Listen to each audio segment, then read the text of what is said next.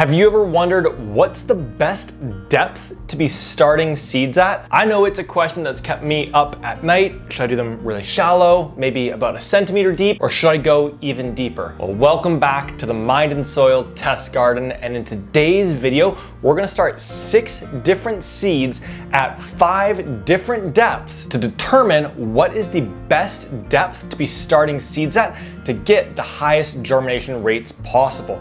So to begin diving in, the first depth that we're gonna go at is right on the surface. So the depth for environment number 1 is 0.00 inches deep. And in terms of the seeds that we're going to be started, I've broken them into small, medium, and large seeds.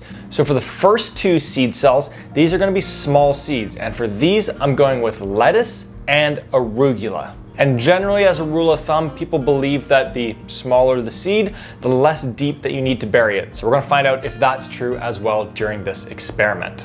Okay, now moving on to our medium-sized seeds. The ones that we're gonna go with on this front include tomatoes and peas.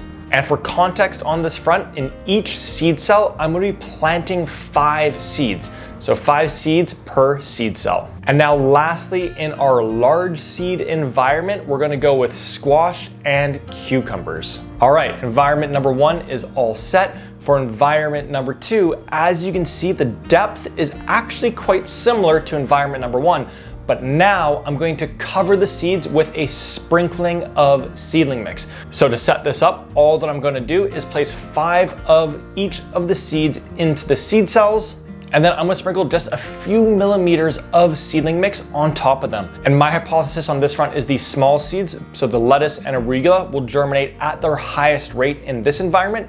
We'll see some germination from the medium and large seeds, but I think one of the later environments is going to be even better for those 2. Now moving on to environment 3, we're going a little bit deeper, and I would say this is to either like the control or my personal favorite depth. So environment 3, we're planting at 1 centimeter deep. And I'm following all the exact same steps as the previous 2 environments.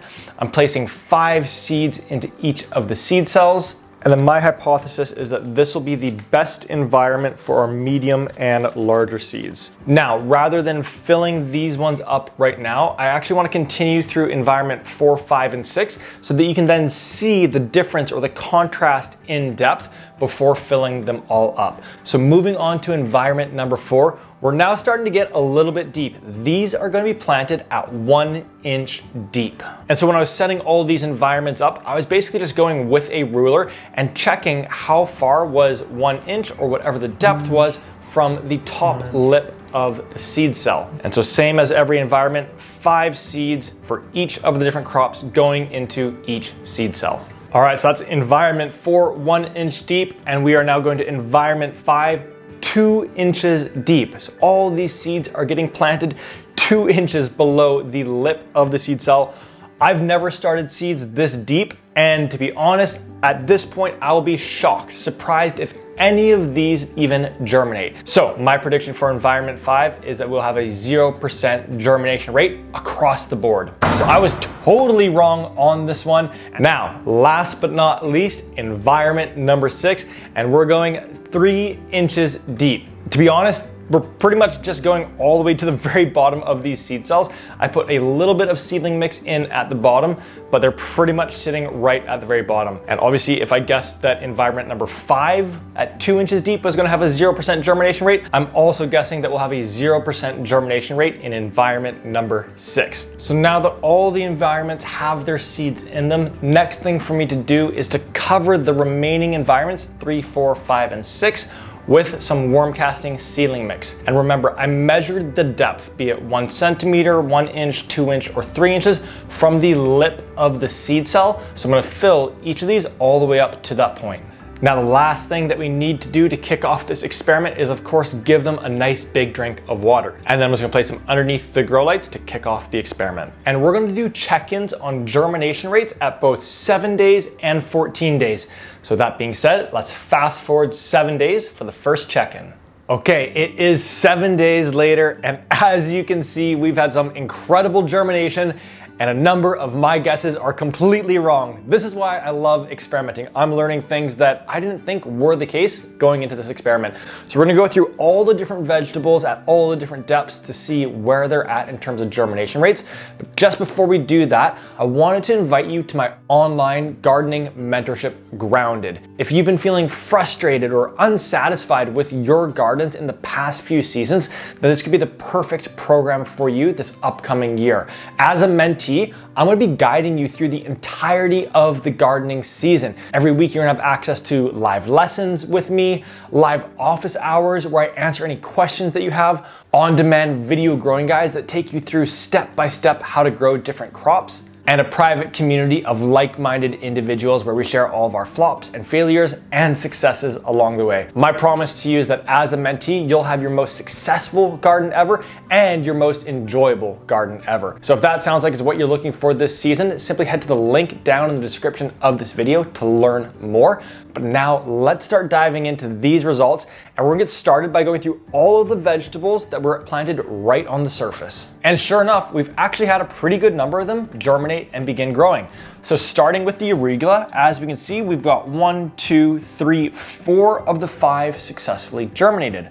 Moving on to the lettuce, we didn't have any that germinated in this environment, so 0 for 5 on that one. Now moving along to the tomatoes, you can see I've got 1, 2, 3, 4 out of the 5 that germinated, and it looks like one of the seeds kind of slid over as well, which would have happened when I was watering them because they were sitting right on the surface.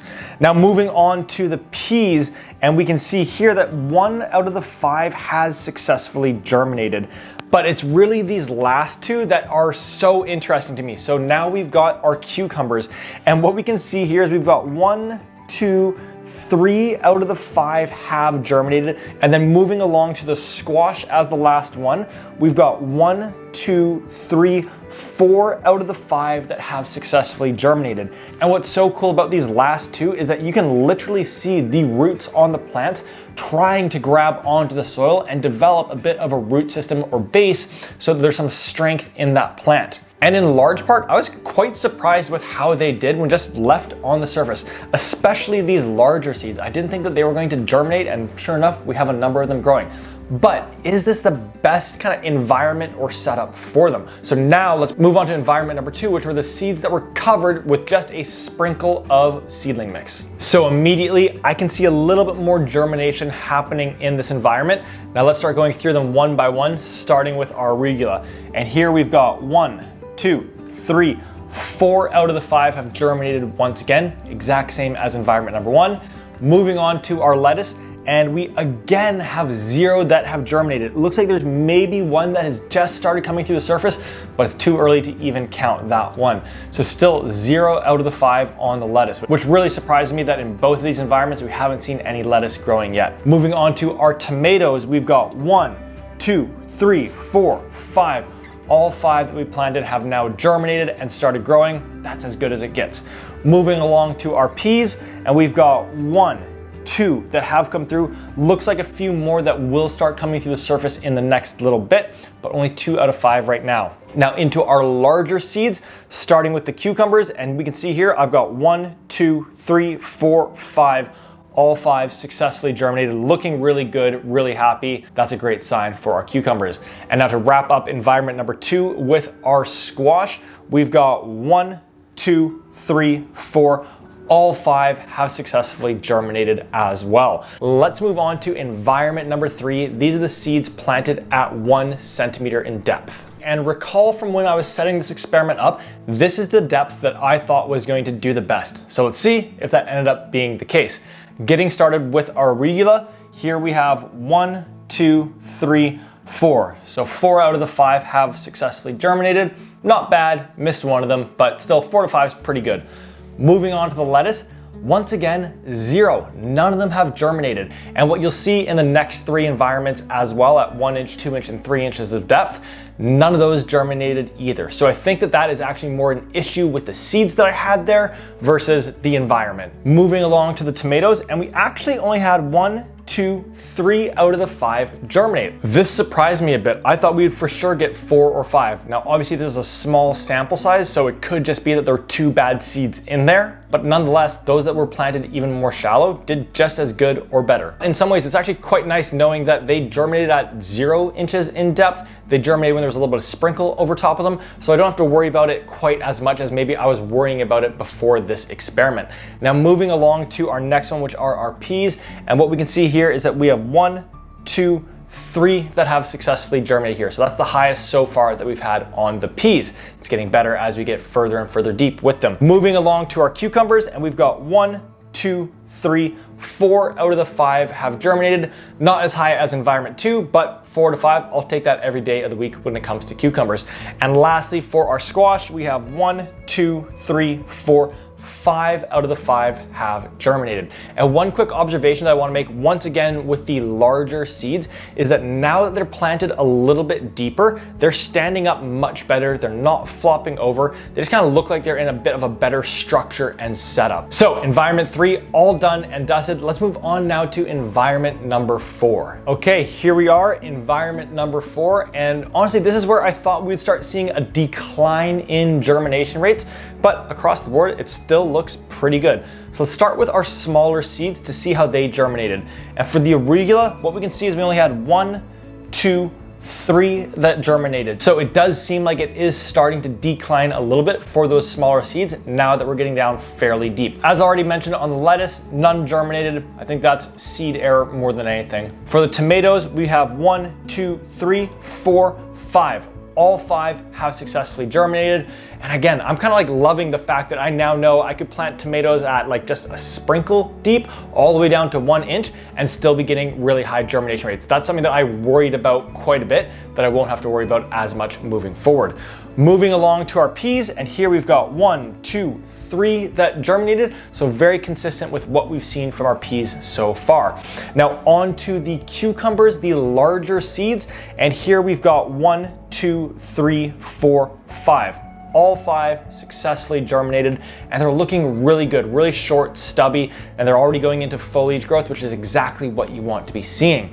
And lastly, our squash, we've got 1, 2, 3, 4 out of the 5 have successfully germinated. And again, I'll take 4 out of 5 any day of the week. So this actually really makes me happy. I now know that I can go all the way down to 1 inch in depth and really like across the board still be seeing germination. And remember, it was for environment number 5, 2 inches deep, that I thought we were gonna start seeing 0 germination across the board. So let's now take a look at environment number 5. Okay, we're now 2 inches deep. Again, I thought nothing was gonna be germinating at this level, and sure enough, we've got germination in a number of the seed cells.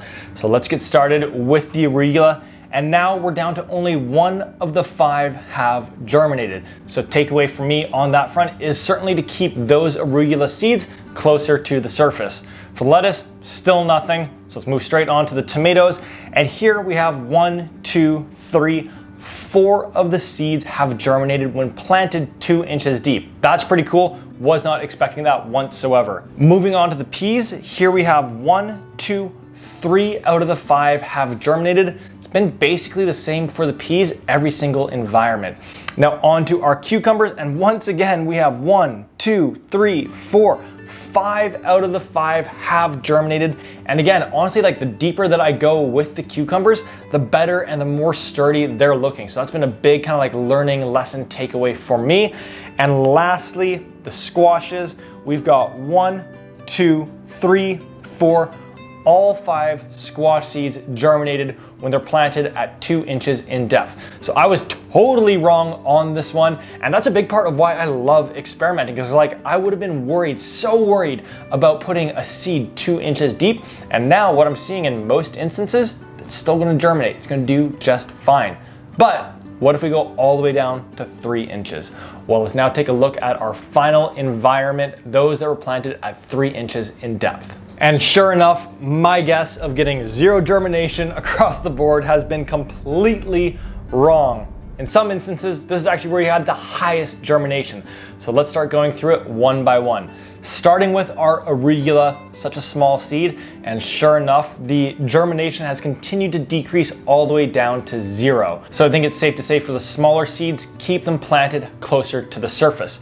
Now we know for the lettuce, it's at 0, user/seed error. Moving on to the tomatoes, and here we have 1, 2, 3, 4 at 3 inches in depth. Now next up are the peas, where we've been getting 3 basically in every environment so far. Now at 3 inches in depth, we've got 1, 2, 3, 4, 5. 100% germination on our peas for the first time in this experiment. I would not have guessed that in a million years that that was going to happen, but sure enough, here we are. Now next up we have the cucumbers, and in this instance we've got 1, 2, 3, 4 out of the 5 have germinated and started growing. They are looking a little bit smaller, but that is just because it took them a little bit longer to get through the surface. And as a matter of fact, I'm really bullish on how well they might grow at that depth. And last but not least, our final crop are our squashes, and we've got 1, 2, 3, 4, 5 out of the 5 have germinated and started growing. So I would not have expected this at all when it comes to the planting depth. And as mentioned with the cucumbers just a minute ago, I'm actually quite bullish that those that were planted a little bit deeper might actually grow better than those who are planted towards the surface. So what I want to do now is fast forward a few weeks for a final check-in so we can see how well they're growing when planted at each of these depths.